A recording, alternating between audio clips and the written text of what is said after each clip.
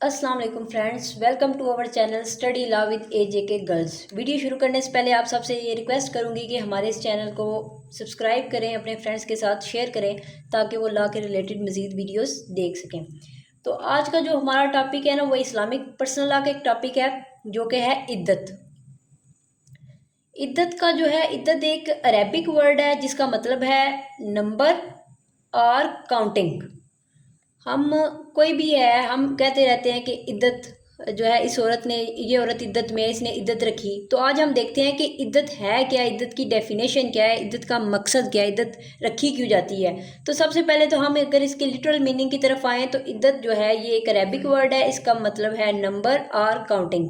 अगर हम चलें इसकी डेफिनेशन की तरफ तो ये है कि a period which a women observed after divorce और डेथ ऑफ हर हस्बैंड।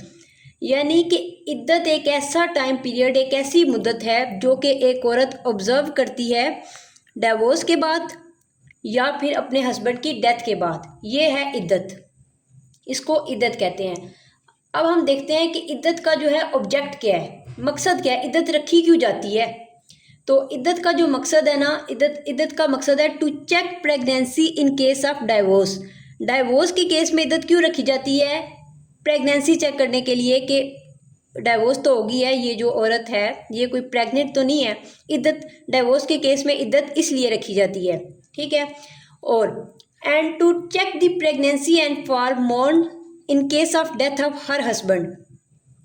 और जब किसी का हावंद फोत हो जाए तो तब इद्दत क्यों रखी जाती है, उसकी भी दो वजह है। एक तो प्रेगनेंसी चेक करने के लिए, दूसरा अपने हस्बैंड का सोग बनाने के लिए। अब हम देखते हैं कि जो इद्दत है इसका टाइम पीरियड क्या है। डिवोर्स के केस में इसका क्या टाइम पीरियड है, और अगर उसके हस्बैंड की डेथ हो जाए तो उसमें उसका क्या टाइम पीरियड है। तो डाइवोर्स के केस में जो इद्दत का टाइम पीरियड है, इद्दत कितने अरसे के लिए रखी जाएगी। अगर तो marriage, if marriage is not consummated, यानी कि अगर तो मियाँ बीवी के दरमियान इज़्दवाजी तल्लक कायम नहीं हुआ।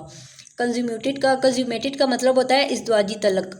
तो अगर तो मियाँ बीवी के दरमियान कोई इज़्दवाजी तल्लक कायम नहीं हुआ तो फिर इद्दत रखने की ज़रूरत नहीं है डाइवोर्स के केस में। अगर औरत को, यानी कि लड़की की शादी हुई, ठीक है, शादी के बाद इन दोनों मियाँ बीवी के दरमियान कोई इज़्दवाजी ताल्लुक़ कायम नहीं हुआ तो उसके बाद अगर इनमें डाइवोर्स हो जाती है तो फिर जो है लड़की को इद्दत का टाइम पीरियड ऑब्जर्व करने की ज़रूरत नहीं है।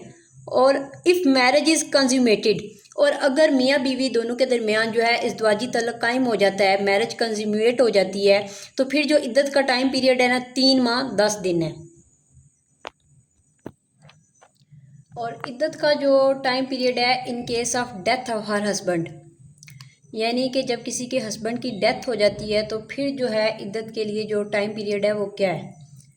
तो पहले हम बात करते हैं कि अगर तो if she is not pregnant फिर क्या होगा। यानी कि शादी हुई, ठीक है, उसके बाद जो है उस लड़की के हस्बैंड की डेथ हो गई और वो प्रेग्नेंट भी नहीं है, तो फिर भी वो इद्दत रखेगी। किस लिए रखेगी?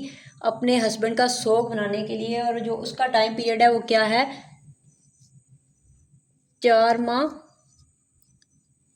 10 दिन इद्दत रखेगी, ठीक है।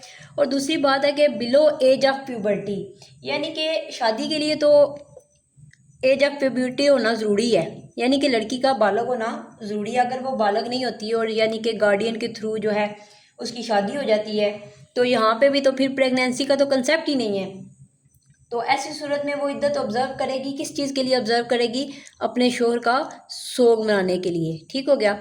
और in case of pregnancy the इद्दत period is followed till birth of child, यानी कि अगर किसी औरत का हावंद फोत हो जाता है, ठीक है, और वो प्रेग्नेंट भी होती है, तो फिर जो है उसकी इद्दत का टाइम पीरियड क्या होगा। उसकी इद्दत का टाइम पीरियड जब तक बच्चे की पैदाइश नहीं हो जाती तब तक वो क्या करेगी, इद्दत को फॉलो करेगी। ये था हमारा आज का टॉपिक। अगर आपको इसमें से किसी भी चीज़ की, इस टॉपिक में से किसी भी चीज़ की समझ ना लगी हो तो आप कमेंट्स में बता सकते हैं। अब मिलते हैं नेक्स्ट वीडियो में।